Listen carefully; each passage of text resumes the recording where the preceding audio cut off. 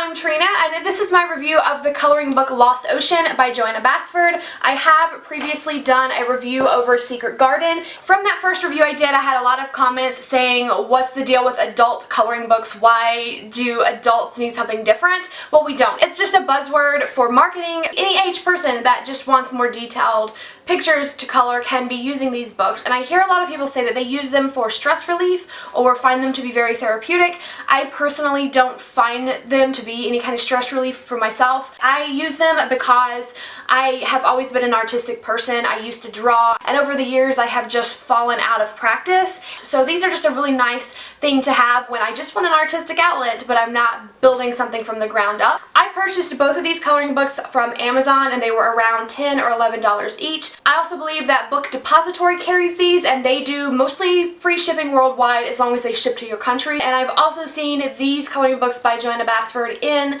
many bookstores. And before I ever got a coloring book, I had a lot of questions about what art supplies should I be using to color these with, and will markers bleed through the paper? So that's why I made my initial review for Secret Garden. But the reason that I'm doing a whole different video for Lost Ocean is because once I got it, I realized that there's quite a few differences in the paper quality of these two books because these were published by different companies. Secret Garden was published by Lawrence King, and Lost Ocean was published by Penguin. And what that means for someone that's going to be coloring these books is that the paper texture and quality is much different. So markers that didn't bleed through in the Secret Garden kind of bleed through in Lost Ocean. So I want to talk about the specific brands that I have and how I've seen them perform for me. I will go over the colored pencils, the gel pens, and the markers that I've been using all along, but with Lost Ocean I have started using two different kinds of watercolors too. So I want to talk about how they work on this paper. So I'm going to start out by inserting an image here of the differences in the paper color. You can see that the Secret Garden pages have more of a yellowish tint and they're a bit more slick, and that's because they've been coated in a pigment which makes them less absorbent, and that is the reason why markers don't bleed through those pages very easily. However, Lost Ocean is more of a true white color. It is uncoated, which means that the paper is not as slick. It has a coarser texture, which really comes out when you're using colored pencils on it. This paper is much more absorbent of ink, which means that gel pens or markers are going to dry quicker and the colors are going to appear more richly, but there is more risk of the ink bleeding through onto the other side, which is important to keep in mind because the pages of both of these books are double-sided. In my Secret Garden video, I talked about the specific brands of stuff that I use. So for colored pencils, I have a mixture that is mostly Crayola, Prismacolor, and Faber-Castell. I would highly recommend start out with Crayola, which are going to be very inexpensive and very easy to find like almost anywhere, and then supplement if you come upon other colors that you want. I know that Hobby Lobby and Michaels sells the Prismacolor and Faber-Castell brands. They sell those pencils individually, so you can go and pick out exactly what color you want. Here you can see a page from the Lost Ocean that I've colored with colored pencils, and you can kind of see what I meant about the texture of the paper showing through. I really did find that the colored pencils don't blend as easily on this paper. You can get a blending pencil, or you may need to bear down a little bit harder to get rid of some of that texture appearance showing through.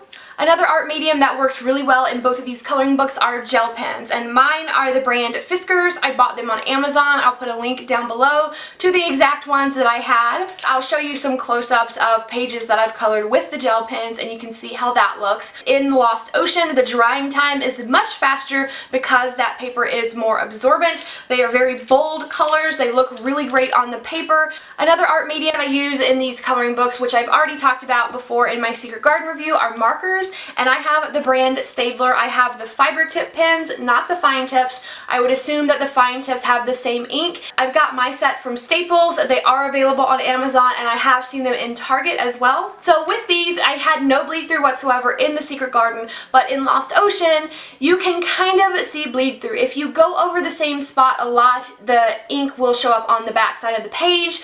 For me, what I'm having the most trouble with is just a shadow of the color from the other page. I'll put put an image in here of what I'm talking about so that you can see it. On the back side of a page that's been colored with markers, I can see exactly the shape where I colored on the other side. It just really depends on how much something like that will bug you. And this is the only brand that I've used, so I can't speak for other brands. I would love to know from you guys if you have used markers in the Lost Ocean coloring book that's published by Penguin and you don't have any bleed through. Tell me what brand you use down in the comments. The final art medium I want to talk about and mention its performance in Lost Ocean are watercolors, and I use two different types of watercolors in it. I have just the traditional like little paint bricks, which is the brand Master's Touch. I picked these up from Hobby Lobby, and this is a $10 set. And I also use watercolor pencils. These are the Prismacolor brand, and you just color them on like a normal colored pencil, and then you paint over it with just plain water. These are so great for getting into fine details, and these are really great for like flooding the background of an image.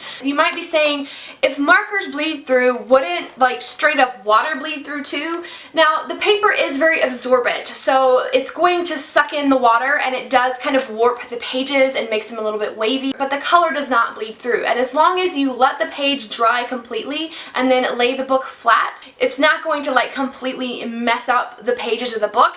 Plus, this is a book meant for you to be creative with and for you basically to destroy and just make it your own. So I really wouldn't worry about that. This is honestly my favorite thing to color with in Lost Ocean because it is an underwater theme, and these really just do give that appearance like the images actually are underwater. I did have several questions on my last coloring book video about would watercolors work in them, so I definitely wanted to mention these. So that is really all that I have to cover for the Lost Ocean. I will end this video by just showing you some of the uncolored pages in this book so that you can see what some of the images are and see if it's one that you might want to pick up for yourself if you like the art style and the images that are in this book. So those are the differences of these two books and the different art mediums that I've used in them. I hope that you have found this video helpful. If you have any other comments or questions, definitely leave those down below and I will answer you there. Thank you so much for watching, and I'll see you in the comments. Bye!